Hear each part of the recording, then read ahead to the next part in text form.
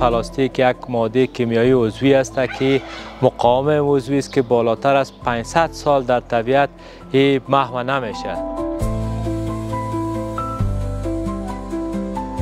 خوشبختانه حال ما میبینیم فابریکاتی هست که ریسایکل میکنه، دوباره از این استفاده میکنه، استفاده مجدد صورت میگیره و اکثرا در کوچه و پس کوچه ها این جمع‌آوری میشه. زمانی که جمع‌آوری میشه و این فابریکات هست که پس اینا را ریسایکل میکنه، از این چیزهای دیگه پلاستیکی تولید میشه. چون مسئله محیط زیست است و محیط زیست هدف کلیشی است که هر شخص در اون محیط که زندگی میکنه باید در حفظ و نگهداری آب، هوا، خاکش سهیم باشه و تا زمانی که هر شخص خود مسئول ندانه محیط زیست از این پاک نمیشه. تنها حکومت مثلا شاروالی ها وظیفه از یا پاککاری و نگهداری محیط زیست نیست، بلکه هر فرد است که باید این به شکل فرهنگ به مو از خانواده شروع شود که کوشش شود که از چیزهای یک بار مصرف به خصوص پلاستیک کمتر استفاده شود.